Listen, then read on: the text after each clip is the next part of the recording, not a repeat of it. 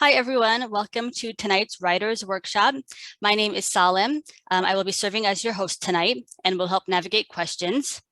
Our topic tonight is finishing your story with local teacher and writer Chris Van Janek. Before I introduce Chris, I do want to give a few updates about the library. We are open back to our regular hours. However, if you don't feel comfortable coming in just yet, that's okay. We are continuing our curbside delivery service. This is where you can request items at home and pick them up in front of the library.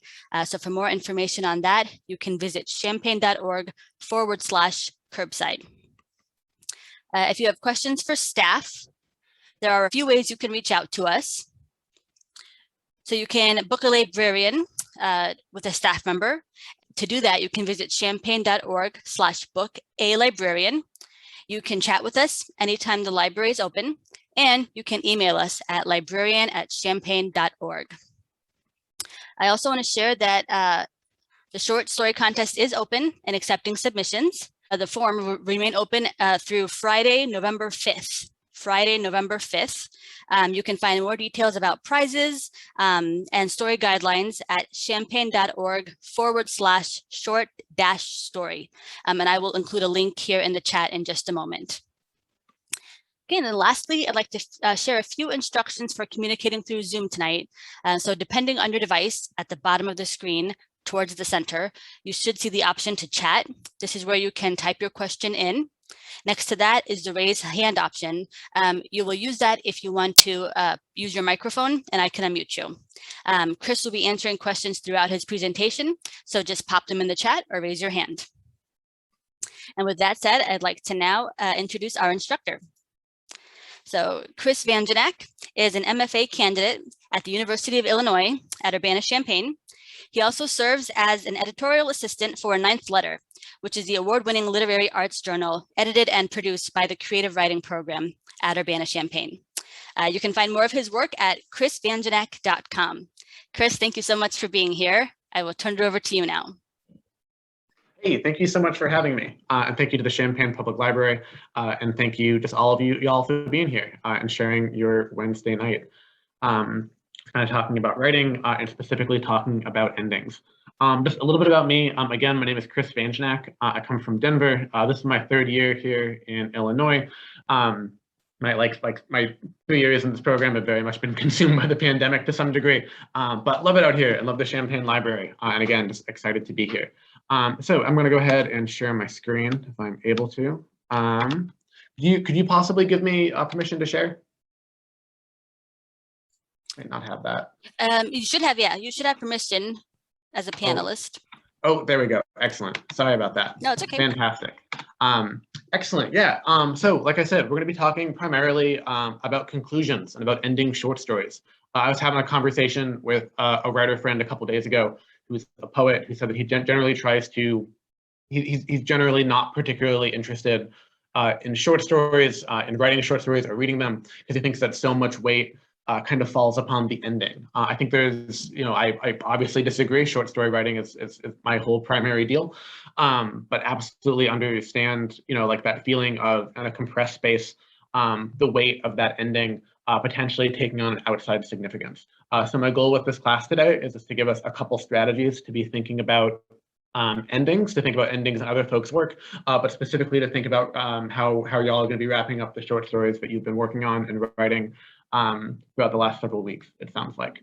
We're going to be using for that a short story called Sticks by George Saunders, which some of you all may or may not be familiar with. It comes from a collection called 10th of December, which is generally just like pretty fantastic. So Sticks is going to go ahead and be the name of that. I'm going to go ahead and put a link to the story out in the chat.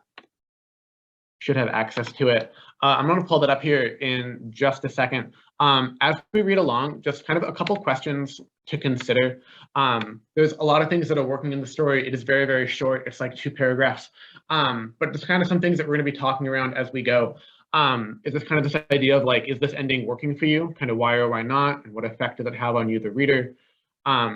Generally speaking, if we look at this as a mentor text, if we look at this as a teaching text, how does the ending of the story, how does George Saunders teach us how to write the ending of a short story?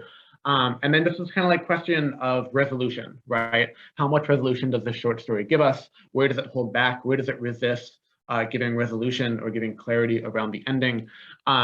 If at any point you want to jump in with a question or a comment, please don't hesitate to use the Q&A feature. This looks like a relatively small group tonight, so like want to bring y'all's voices in as much as possible. It's looking like I already put that in the chat. So I'm going to go ahead and pull up the story. You're absolutely encouraged to kind of read along, but I'm just going to kind of be reading it out loud and then kind of talking us through it, talking over the things that it is doing and the things that it is not doing. And then in our last like 20-ish minutes or so, we'll open things up for questions. Chris, real quick, yes. I think that link just went to the host and panelist. If you can share to everyone. Oh, my bad. Incredible. Sorry about that. Here we go. Sorry, y'all. Perfect. Yep. You should have that. Excellent. There we go. We got some other little like animal icons popping up there on Google Docs. Fantastic. Sweet. Yeah. So this is Sticks by George Saunders. Every year, Thanksgiving night, we flocked out behind Dad as he dragged the Santa suit to the road and draped it over a kind of crucifix he'd built out of a metal pole in the yard. Super Bowl week, the pole was dressed in a jersey and Rod's helmet, and Rod had to clear it with Dad if he wanted to take the helmet off.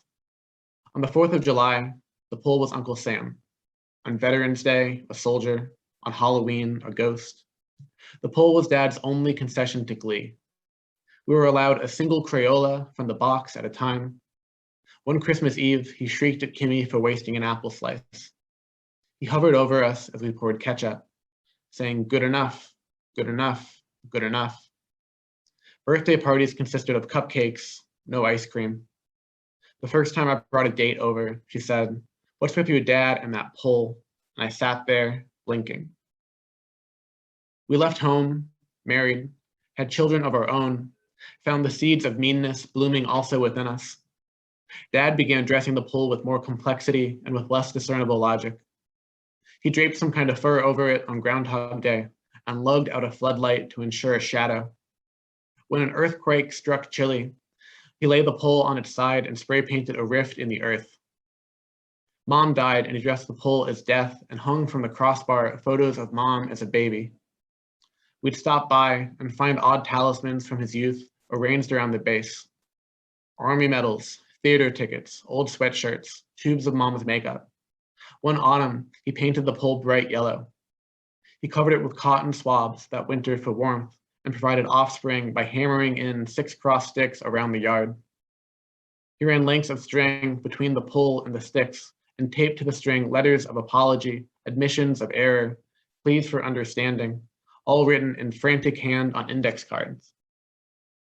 He painted a sign saying love and hung it from the pole, and another that said forgive, and then he died in the hall with the radio on, and we sold the house to a young couple who yanked out the pole and the sticks and left them by the road on garbage day.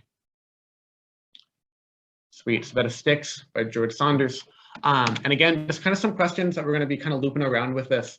Because kind of like whether or not the ending is working, how it works, the effect that it has on us, on the readers, what it has to teach us as writers of short stories as we consider and think about endings in our own fiction. And again, that push and pull between giving resolution and kind of withholding. Is it possible with the chat feature to ask folks just to kind of like share observations about this? Yes, of course. Yeah. Yeah, absolutely.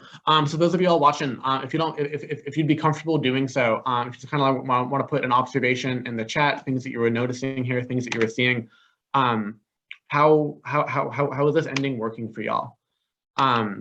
Seeing from Luis, it's not so much what he said. It's not so much what he said as what is not said.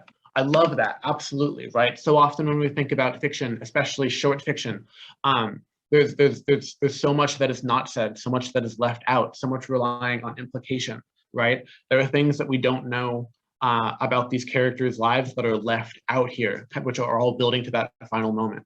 We don't know, for instance, exactly what happens to the mom in this story. right? We get that reference to the dad hanging up the mom's old makeup.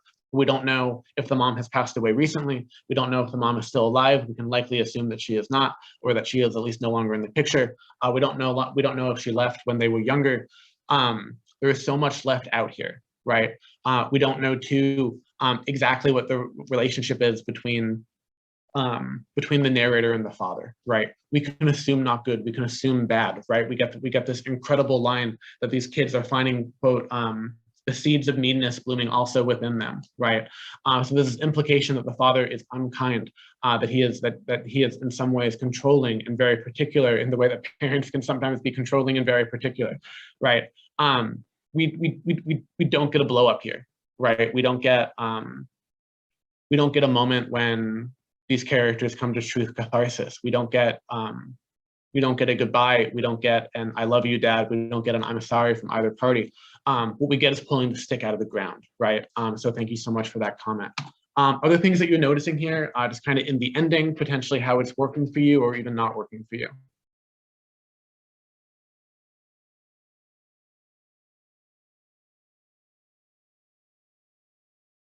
Okay, excellent. I'm just going to kind of keep rambling here, if that is all right.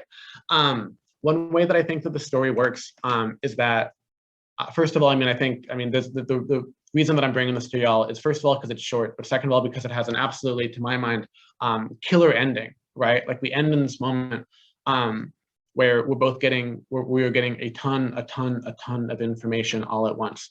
There's something like 25 sentences in this piece. And so much relies upon the ending here. We get so much information, but it doesn't feel like it's shaped because we've been set up, right? So all throughout, we have these sticks. We have this kind of crucifix in the ground that the dad is using, getting stranger and stranger, right? We start off with it acting as Santa Claus, with it demonstrating Groundhog's Day, or Super Bowl Sunday.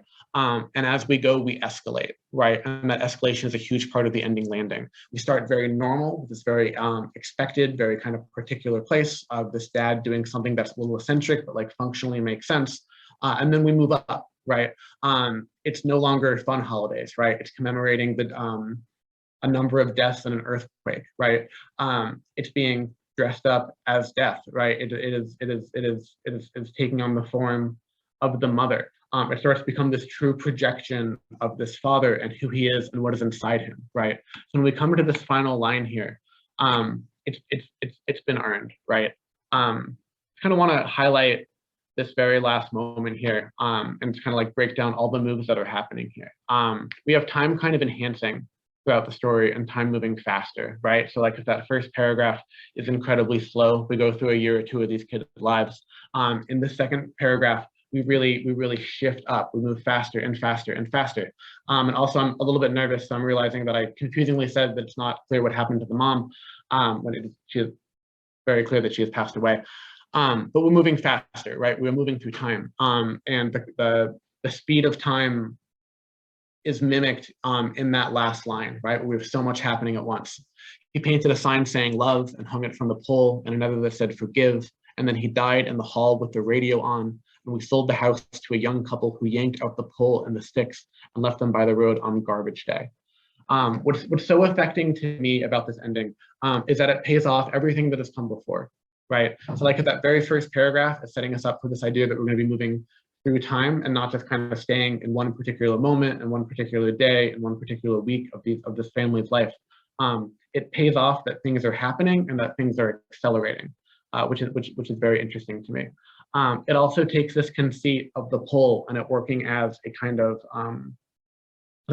expression of the father's inner life, and it takes it about as far as the writer, as George Saunders, can possibly take it. Right? He paints the sign that says love, and he paints the sign that says forgive, and forgive has a question mark. And this tells us so much, as Luis pointed us to in the chat, without even saying a whole lot here. There's not a lot of sentimentality in these last lines, right? It's very matter of fact. You know, we get this line, he died in the hall with the radio on. The radio on is such a lovely detail, and we don't linger on it. I think a lesser writer would have really leaned into sentimentality here, would have had a moment to really slow down and show us the kids kind of maybe potentially finding the dad or any other business that comes with that, funeral, what have you.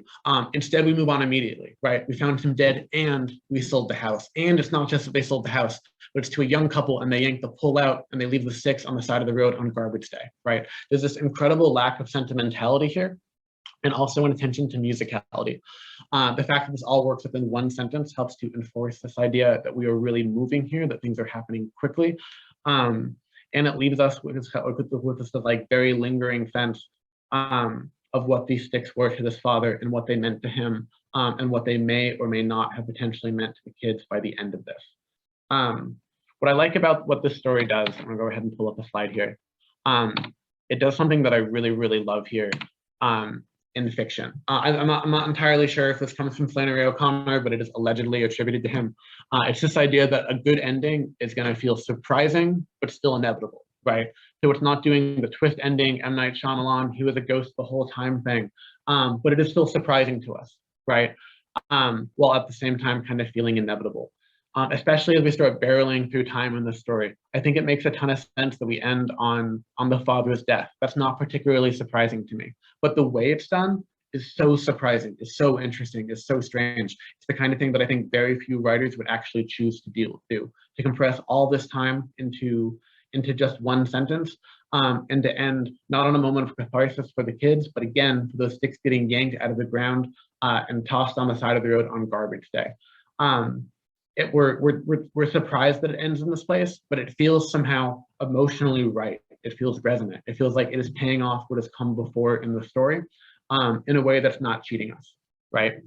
So one way to potentially think about this is kind of pointing to this note on the right-hand side of my slide, is that inevitability is something that we craft as authors, right? It's what separates surprising, which energizes the readers, from a twist, which is going to make the reader feel tricked, feel manipulated, feel like they have the rug pulled out from under them.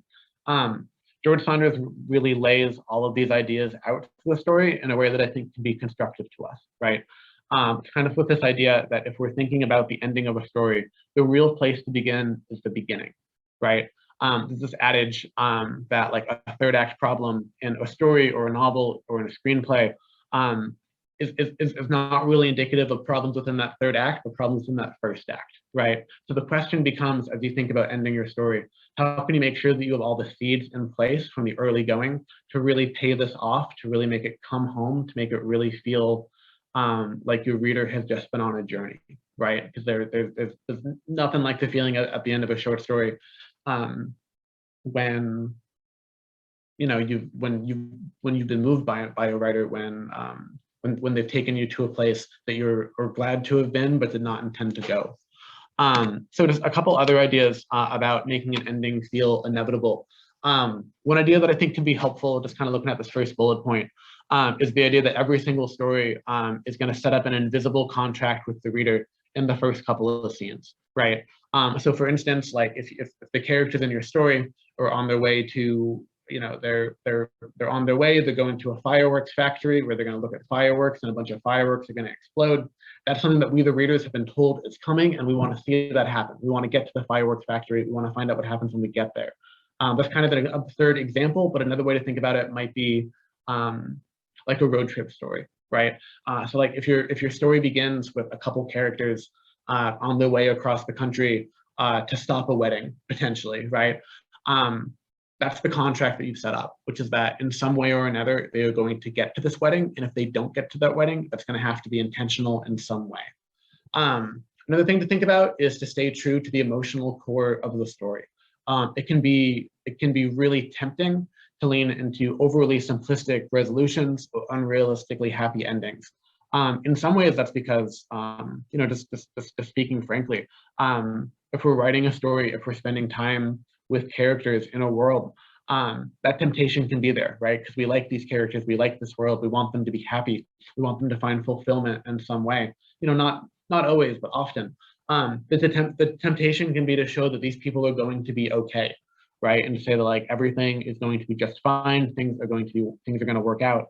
These people love each other, this family's going to stay together. Young couple's going to make out and then stay together for the rest of their lives.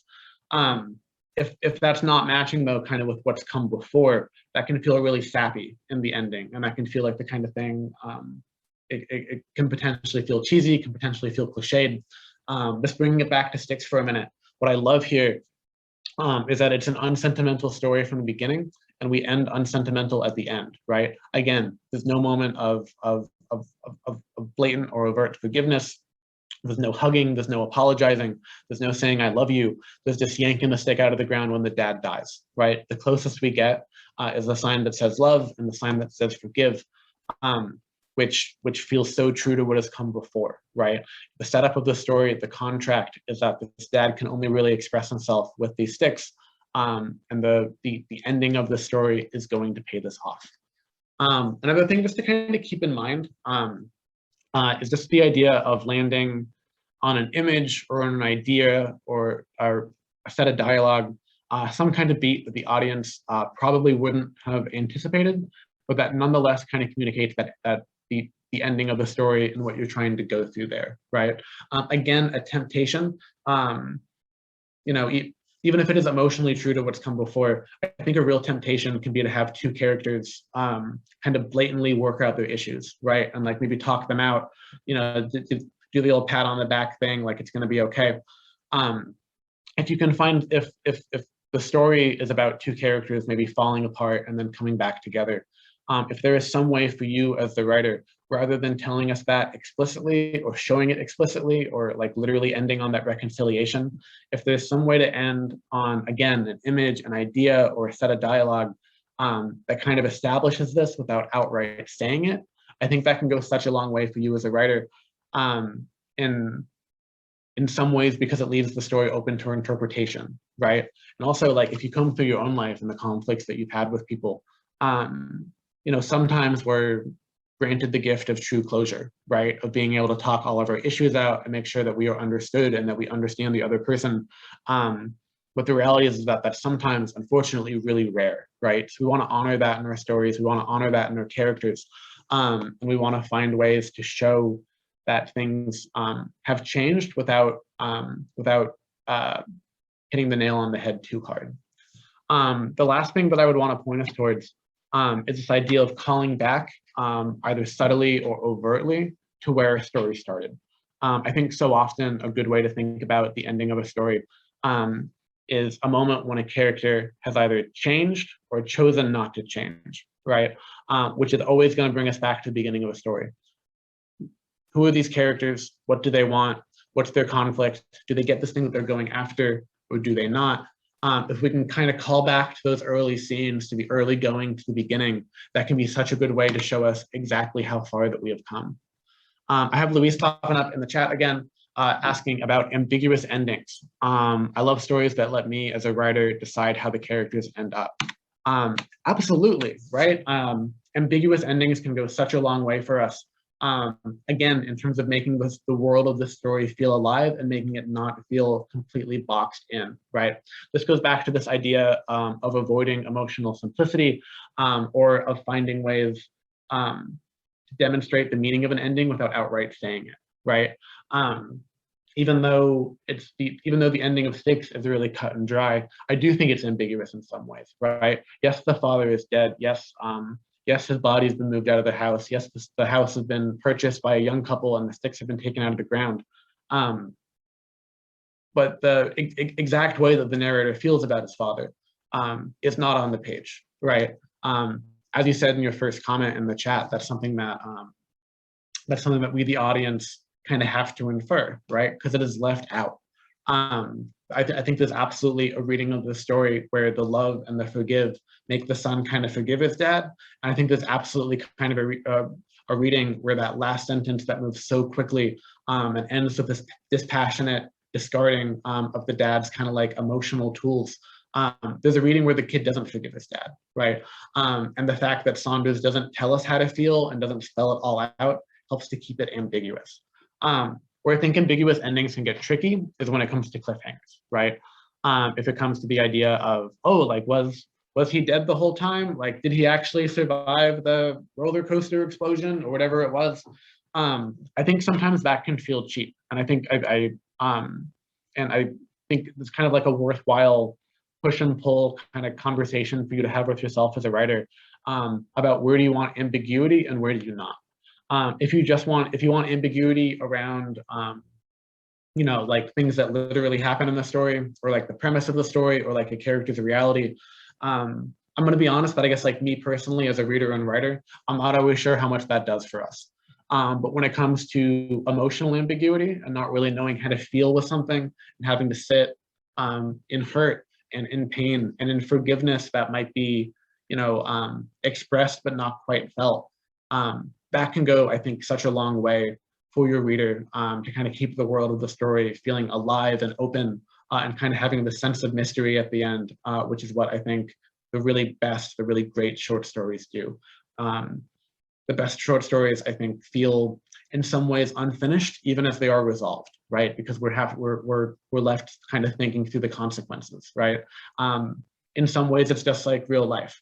We don't get an exact set of words telling us how to feel about a situation.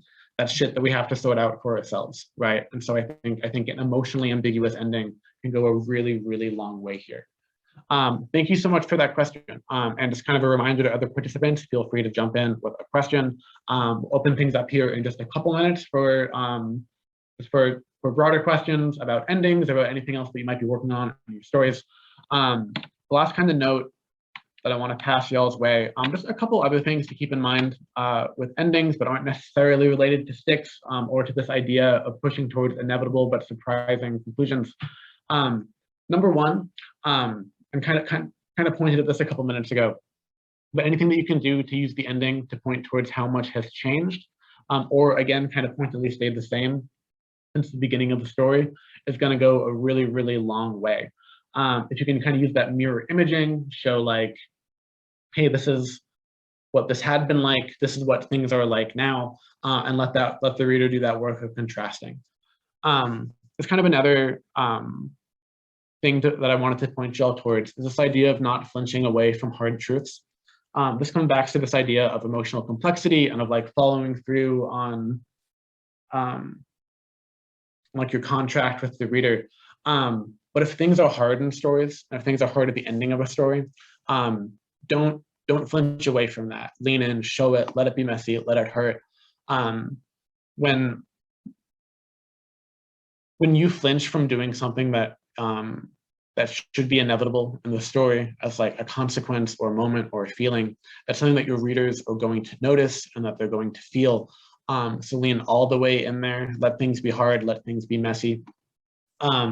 This one, this next beat is small, but I think is important, especially for as some of us are kind of starting to write or potentially our first short story or two.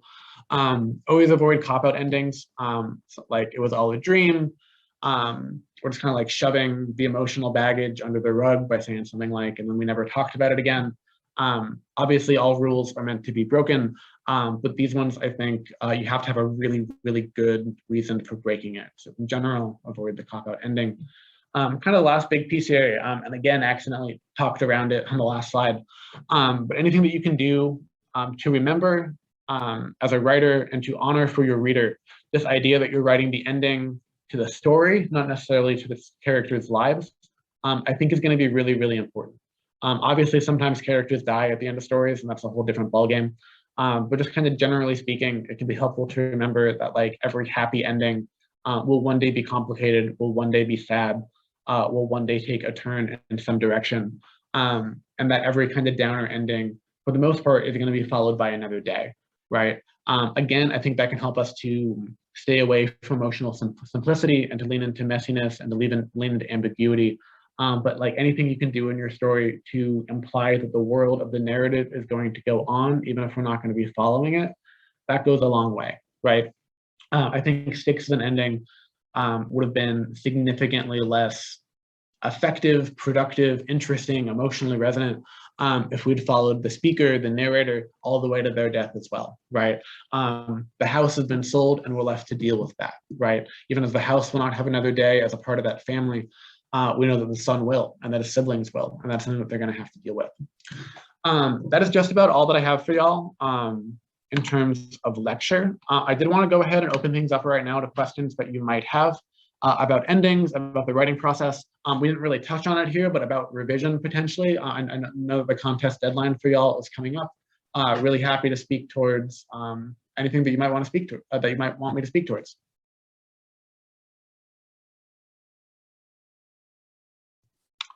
Sweet, we got a question from James here. When it comes to short stories, and given how important their endings are, do you find that you formulate the ending first and build backwards, or does it take shape inevitably as you write the rest of it? Thank you so much for that, for the use of that word inevitable there. I appreciate it. That is a really good question. It's going to be different for everyone, and I'm not going to claim to have like a word of God approach to this by any means. But for me, I'm a pretty intense short story outliner. I kind of like to know, not necessarily scene by scene, but I like to know where I'm going, just kind of generally speaking as a writer. I'm going to go ahead and pull something up here, which I hope will be valuable in a second. Oh,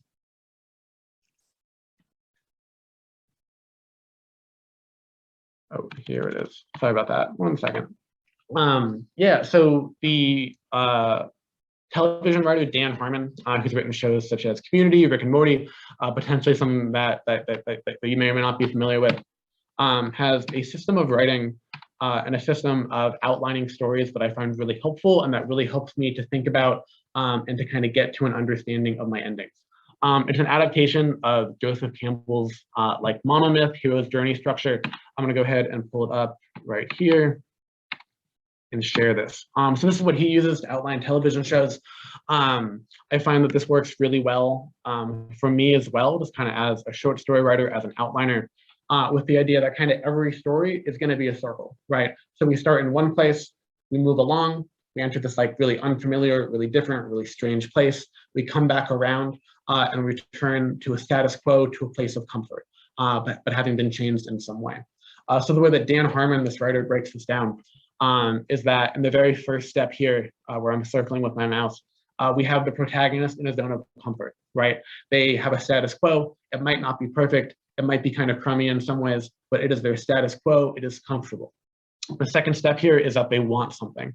There's something that they desire. They want change in some way. They want a different life for themselves. In order to get this different life for themselves, step 3 here, they have to enter an unfamiliar situation, something that is different, something that is strange. In general, this different situation is going to take up the whole bottom half of this circle, and it's going to be where this character or these characters are living in a world that is scary, right? This is Luke Skywalker joining the Resistance. This is Frodo going off to cast the ring into Mordor. This is the bulk of really any story, be it fantasy or science fiction or realistic or what have you. Generally, there's a threshold here, right? So they enter this unfamiliar situation. They move from this place of comfort to this place of strangeness and danger and kind of whatever comes next. The next step from the story circle pattern is that they adapt to it. There are trials, there are tribulations, they bond with whoever they're with. They learn some things about themselves as they get comfortable in the situation, even though this is strange. Step 5, they get what they want in some way, whether that is external or internal. They have achieved something of their mission. They've gotten what they've wanted. But step 6, they pay a really heavy price for it. In some way, they lose something. They lose a piece of themselves. They lose a friend in battle. It's just this idea that whenever we get that thing that we've been going after, we inevitably lose something, right? So like if your whole life you've wanted a dream job and then you finally get that dream job, you have to leave the coworkers that you've been working with. You have to leave the relationships that you've made. If you and the love of your life get married and move away and start a family together, that's fantastic and that's important. You've gotten what you've wanted, but the heavy price comes in the things that you've lost for that, right? Maybe you don't see the buddies as much. Maybe it's been months or years since you've gotten a beer with somebody. You've paid a heavy price for some way, even as what you've gotten is valuable. This next step here is that the character kind of returns to that familiar situation. That can be literal, like back to hometown, back to the place where the story started, or it can be emotional, right? Like they've returned to the same emotional place that they were before. But step 8, they've changed in some way. They're different people. They have changed, they have evolved, they have grown, and they're in a new place of comfort, ready to start again some kind of journey, right? Again, with that idea that the ending of a story is not necessarily the ending of a character's life. So just to kind of roundabout return to your question there, James. When I'm thinking about writing a short story, I always think about kind of what is going to be the great loss for this character. And when they return to that familiar situation, whether it's a job or a town or a relationship or like an interior state, how will they have been irreparably changed? How will they be different? How will they have grown from that? Checking that question there. Yeah, so generally speaking, if I'm going to be thinking about an ending, it works best for me when I have those first couple scenes, that conflict, really set down pat, right? Like when I know this is what this character wants, this is what they're lacking, this is whatever flaw they have. Once I know that character really well, is when I can really start thinking about the ending. Generally, for me at least, like when I have an ending in mind beforehand that I think would be cool or interesting or subversive or what have you, that's generally where I'm doing my worst work as a writer, personally. It's going to be different for everybody. Some folks don't outline, some folks start with the ending in mind. That's just the system that works for me, and would recommend experimenting with that if that's something that you're interested in. If that did not answer your question, please do go ahead and jump in the chat and let me know. But I want to open it up. Any other questions here about endings or about anything?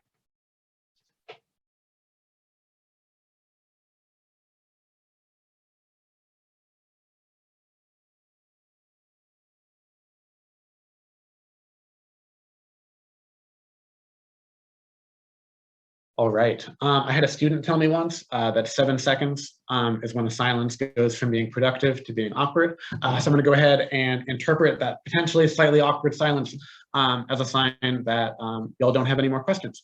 Oh, 1 second. Let's see here. Luis asking, does the circular idea work for longer fiction as well, such as novels? I really do think so. I'm going to be honest here about my credentials, that I'm not a novelist. I'm a short story writer. But in general, I think whether it's an episode of television or a short story or a movie or a book, I think this model can work really well because you're laser focused on the protagonist and kind of what they want and their personal journey, right? Can absolutely be productive too to like cut out certain sections of it or to end early or to begin late. But I would say that this can work really well for novels as well. Yes. Any other questions?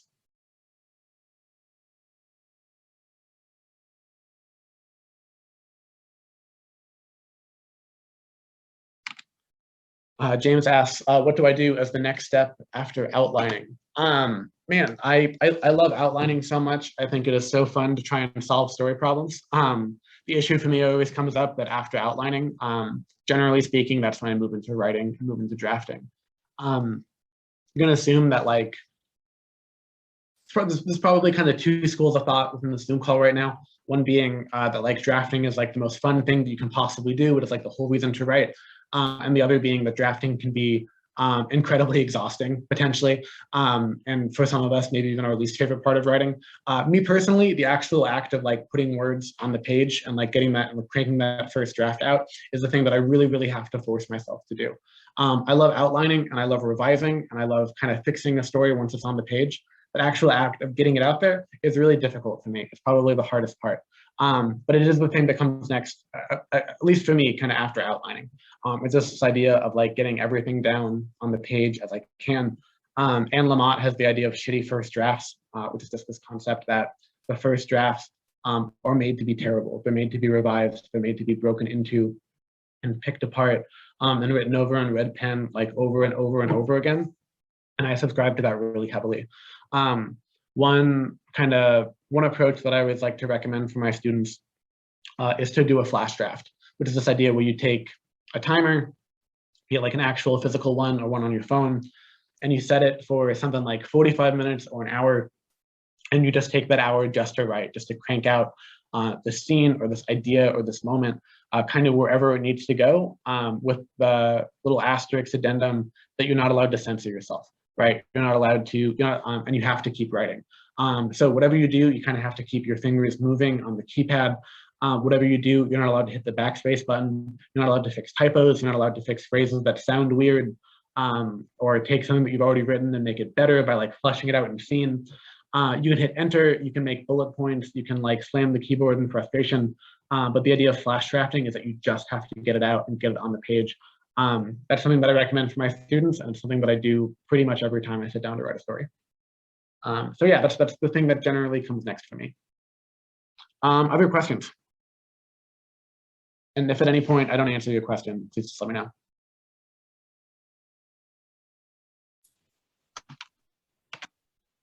James says, when handling a longer work that you've already outlined, do you write the first draft linearly from start to end, or do you jump around from section to section? Hey, that is a really good question. Again, as with anything, different writers and different folks are going to have different approaches to all of this. For me personally, I have a really hard time jumping around from like the end to the beginning to the middle, back to the end, back to the beginning. For me, the best for me, so much of even if I have like a full outline and I kind of know where a character is going or where a narrative is going at large, I do still like to be surprised. And I think that's one of the joys of writing, and something that can make it feel like a living and breathing thing and not just this dead thing on a document. So for me, writing linearly and writing scene by scene and kind of discovering new things or new ideas can be really, really helpful. Sometimes this can be frustrating because it sends me back to the drawing board in terms of outlining or in terms of thinking about where I'm going, because I'll find something and be like, oh, hey, this is really cool. I want to explore this. Or actually like, this is not working at all, and have to kind of go back and revise. But writing linearly for me lets me discover things about the characters as they're discovering it about themselves or each other. And that makes it, again, just for me, easier to kind of embed it throughout and make it feel more like a cohesive whole, personally. Other questions?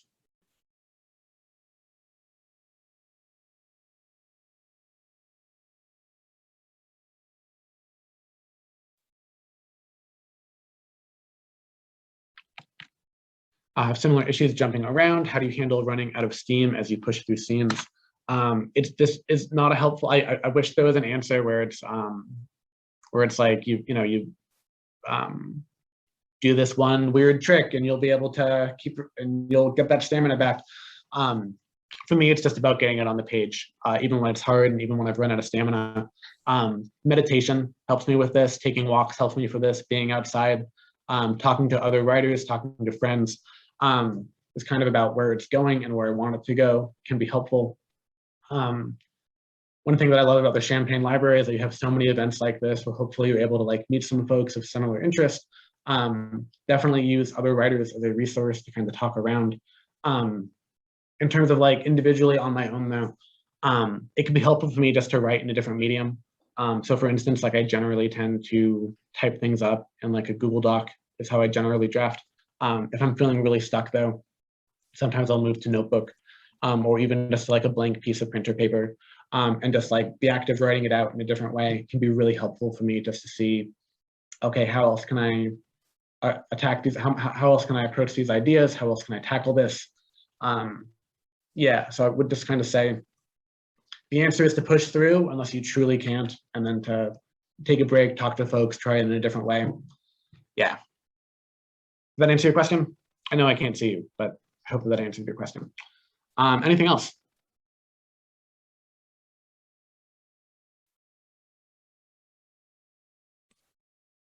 Thank you so much, Chris. Thank you. Thank you for having me. Yeah. And thank you all for coming. While we are waiting to see if any more questions come in the last few minutes, I do want to give one reminder for next week, or I'm sorry, for the next workshop.